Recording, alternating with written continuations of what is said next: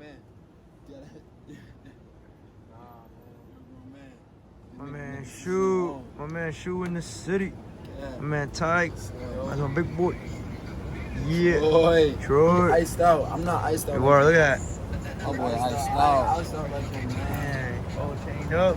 Can't see. I can't see. He said, I can't see. Yeah, he had Bedburg, you know what I'm saying? Getting them some grub right now. Yeah. So I'm hungry. I ain't eating a few hours. Yo, as somebody put in their post, I ain't gonna say names, less than 365 days to that day, man. How's that feel, man? Yo, man, listen, I can't wait, man, until the Olympics come back. I was ready this year, man. I'm supposed to be in Japan right now. Kind of salty about it when I think about it, but you know it is what it is. Gives me even more time to prepare. Shoot, I thought I was a monster this year. Next year I'm gonna be even worse. Yeah. What about you, champ? Hey, you ready? Man, I'm just waiting, man. I'm chilling, man. We getting ready for these next 2 tournaments. Training camp coming up in a couple of weeks. So right now the Olympics still the plan, man. So after these Olympics, man, it's time to go pro. There you go. What about you, champ? What's up with you? Man, Olympics was the plan, man. I was on the team with these guys the last 3 years, but I fell short at the trials. But I signed pro with Top Rank, and hopefully soon we'll be making a debut by the end of the year. If not, next year. Weight class? 154, 147. That's a high weight class, man. 47-54. Hey, listen, a lot of talented fighters, man. You and they're in the mix, man. Why not? Make it happen. World champion out here. Right. What about you guys? After Olympics, going pro? Yeah, I'm going pro, man. Most likely 140. Okay. Yeah. Starting from 140. I was so sure. I'm like, who you signing with? You never want to tell me, bro. Never wants to tell me, but I already know who we gonna sign with. I'm dead. I know who.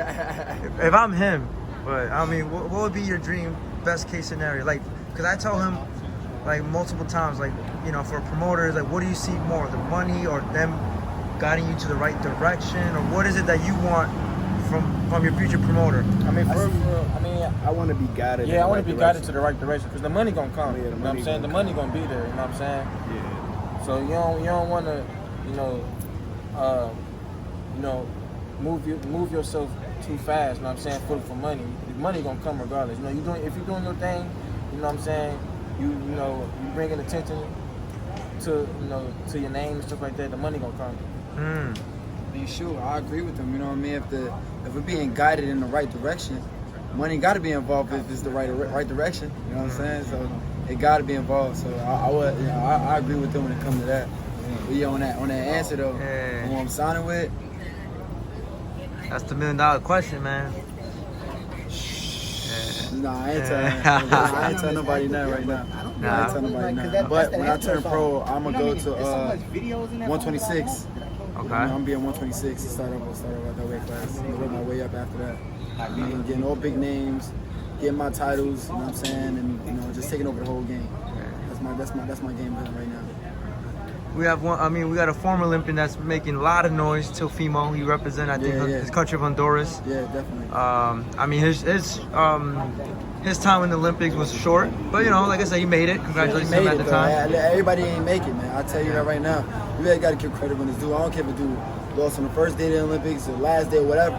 You make it on an Olympic team and you make it to the Olympics, that's a road itself. So yeah. You got to give it up for anybody that make it there, for real. Facts. Who you got between Teofimo and Loma? Man, that's gonna be a good fight. That's good. That's a fight that I gotta see. That's you know what I mean. Like I feel like Loma got a lot more experience. But Teofimo, dude, that's somebody you can't cap out because he earned his right to get that fight. Yeah. Richard Coleman, he did what he had to do. A lot of guys, he's fighting these dudes and beating them impressively, in an impressive fashion. So that's gonna be something that I gotta watch. Okay. To see. What about you, Chan? Who you got between Teo and Loma? I got Loma by late round stoppage. Late round stoppage. Okay. Man, I don't even know, man, to be honest. I mean, I feel like if Teo can keep up with his pace and apply pressure and keep the volume up, you know what I'm saying? Because Teo got power, you know what I'm saying? So, I mean, if he can keep Loma off balance, I feel like it's just going to be a good fight.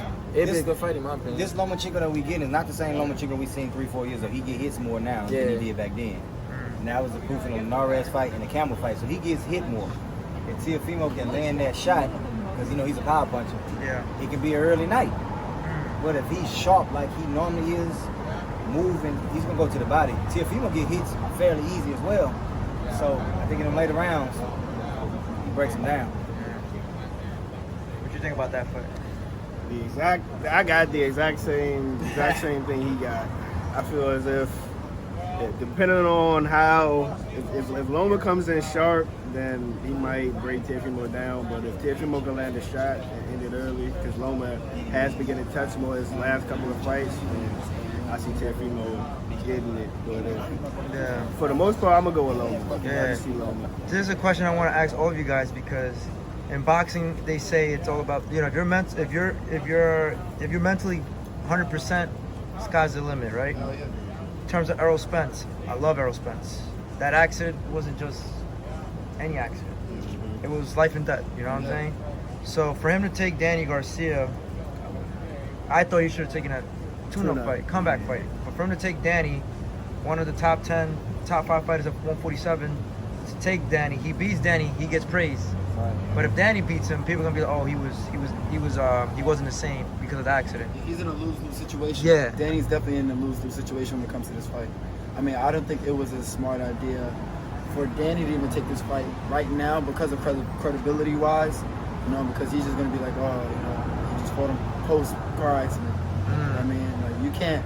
That's the thing that's sucky about the sport of boxing sometimes. Like they put all of the stuff instead of giving you your props. You know, when the props is due, but. If Errol Spence comes in there and you know, is he on his game plan, man, it's gonna be a tough night. But that's hopefully if he is. But if he's not, then Danny Garcia definitely has a great chance to win the fight. It's either two ways, Earl. It's two reasons why Earl took this fight. One, because they feel he's 100% healthy and he's trying to clean out the division.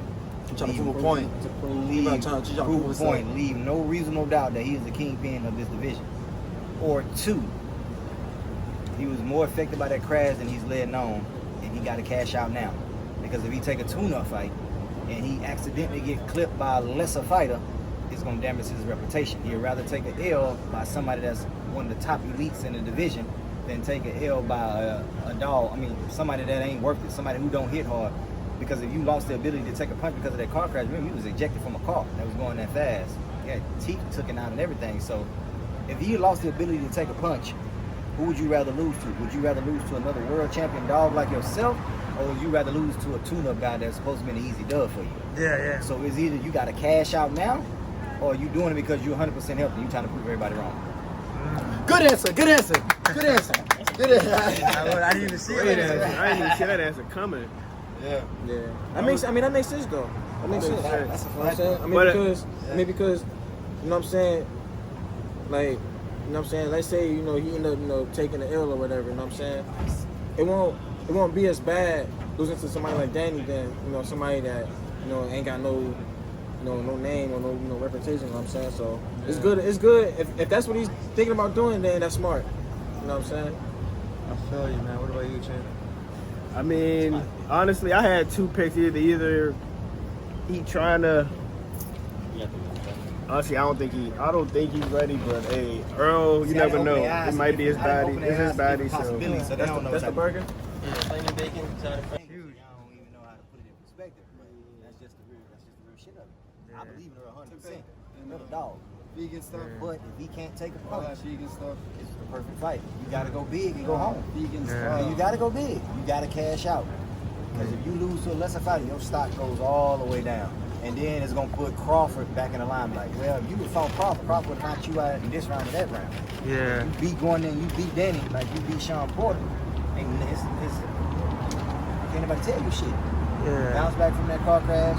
Look at the storyline. Earl Spence just got into a life-changing car accident. Comes back in the ring to beat one of the top 2 or 3 fighters in the division. Yeah. That shuts everything Crawford does out. Because at the end of the day, Crawford has yet to fight a top 5 welterweight. That's a fact. So, well, hell, even the top 10. Yeah. That is. Benavidez was probably top 10.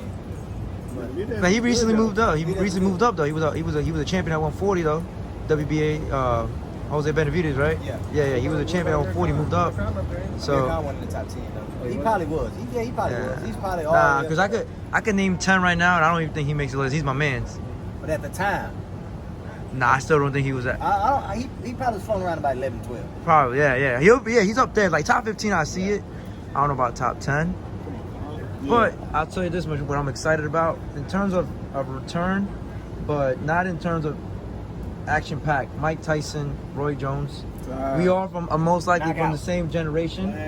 Comatose. That's glass, bro. Comatose. Glass, Joe. I got Roy. I mean, what's the name? Punch it right through the Roy. glass. Mike. I don't think Roy can take a punch. I got Roy. I don't see Mike- him taking any. Mike putting him to sleep. Let me tell you something, man. Guys I'm from Brownsville. Yeah. Brownsville, Brooklyn. Mike is cool. Yeah. He going, nah. No, but on some real, you gotta understand this, man. When Roy went up to heavyweight, well, first of all, Roy's not even a real heavyweight. No, he's not. Once he started getting up to heavyweight, he started getting clipped. Mike Tyson is a natural heavyweight. I don't even care about, bruh. He's still sharp. I don't care about how long Roy been in the ring and how long Mike Tyson been in the ring. Mike Tyson last fight probably like 2007 or something like that. You know what I'm saying? It's been 15 years. Yeah. Roy been in the ring like probably 2018, 2 years ago. 2018, 2 years ago. You know what I'm saying? But when you gone for that long, low key, it kind of feel the same in some ways. You know, in some ways, like you just gone. Like you gotta understand that boxing, this just leaves you sometimes once you get too stagnant. So when it comes to just straight brute strength, Mike. He hits too hard. He hits dude. too hard, and Roy Jones' chin is too glass. We didn't see Yeah. Roy Jones, but every time Right, Roy Jones lesser- get knocked out, he get comatose. So you gotta understand He's this either though. knocked out standing straight up in the corner, or he knocked out laying flat on his back. There is no fall down, get up. When that nigga go down, He go down. he stay don't get down. up. Or he stay up, and you gotta lay this nigga down to wake him up. Like, No, you gotta understand this though, and he get knocked up from guys that hit lesser than Mike Tyson. The what? Which one was first? But he get knocked down. He get knocked up from guys that's lesser than Mike Tyson, like lesser punching power than like Mike Tyson. Yeah. Roy Jones' downfall was his own fault. Roy Jones was so fucking athletically gifted, and he was such a Superman in the ring. He played with the weight classes. Once you went up to heavyweight Then went back and down. beat John Ruiz, that was it. You weren't supposed to come. You weren't supposed to drop Stay there. 25 pounds of muscle, of pure muscle. Because Roy Jones didn't even make the heavyweight limit. He weighed 193 pounds. That was solid muscle. He had to beg the commission to let him take that fight. That's crazy. So when he took that fight, Roy Jones was floating around like 198, 200 pounds. So when you had to go from 200 pounds solid, pure muscle to drop all the way down to 175, you lost 25 pounds of muscle. You know what that does to the human body? Yeah. You lose snap, you lose ability. You would lose the ability to take a fucking punch. And ever since he took that, when he dropped down that weight class, he has never looked the same again. That's crazy.